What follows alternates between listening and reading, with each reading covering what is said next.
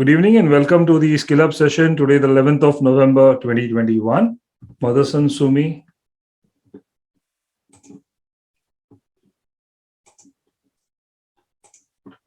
Daily shifting trend, similar lows but higher highs. You have this demand zone rally, base rally.